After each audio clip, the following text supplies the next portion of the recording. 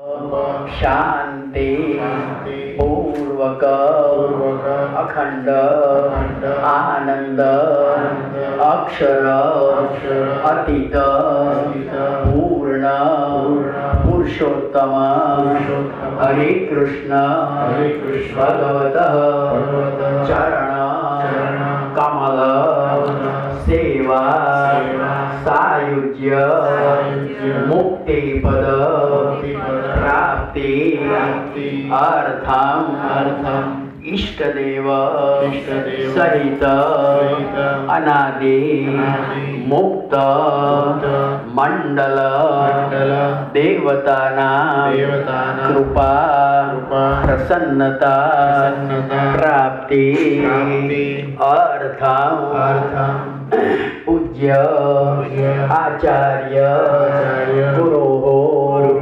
मातृ पितृ पूज्य वर्ग आशीर्वाद प्राप्ति अर्थम त्रयोदश पाठोत्सव अंग भूतम महापूजनम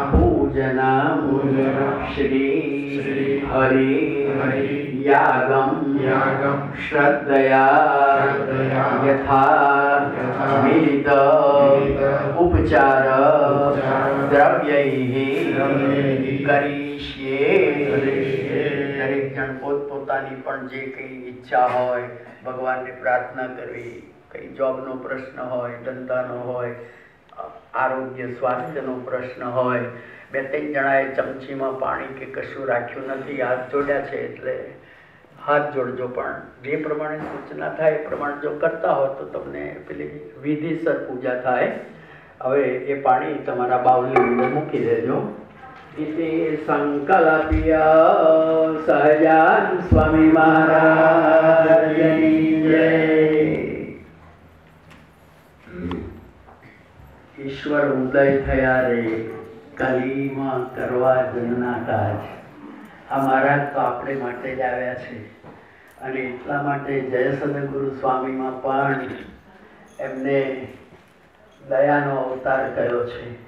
અત્યાર સુધી જેટલા જેટલા અવતારો થયા ને, એક આંખમાં દયા અને બીજી આંખમાં દંડ રાખતા હતા, એટલે જરાસંઘ કંસ બધાને બીજી આંખમાંથી દંડ એટલે શિક્ષાય કરતા હતા, અને શબરી ગોપીઓ એ બધાને દયાએ બતાવતા હતા।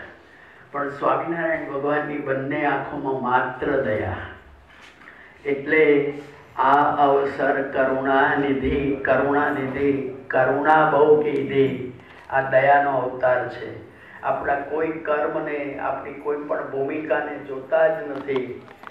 અને રામાનંદ સ્વામીએ ગાદીએ બેસાડ્યા તે વખતે પણ એમણે દયાના અવતાર તરીકે માગ્યું હતું કે કર્મ ફળનો કોઈ નિયમ મારી કંઠી બાંધે, મારો આશ્રિત થાય, મારી શરણે આવે, એના જીવનની અંદર કર્મ અને ફળ પણ રહે નહીં। એનું ઓપરેશન કરી નાખ્યું, સર્જરી કરી નાખી, નહીં તો કર્મ ફળનો નિયમ તો બધાને લાગુ પડે। પણ મહારાજે કહ્યું કે એ નાગો ભૂખ્યો રહે નહીં, એને અંતકાળે કરોડો વીછીનું ડંખનું એને જે વેદના થાય એ મને થાય, પણ મારો હરિભગત ક્યારેય પણ દુઃખી ન થાય।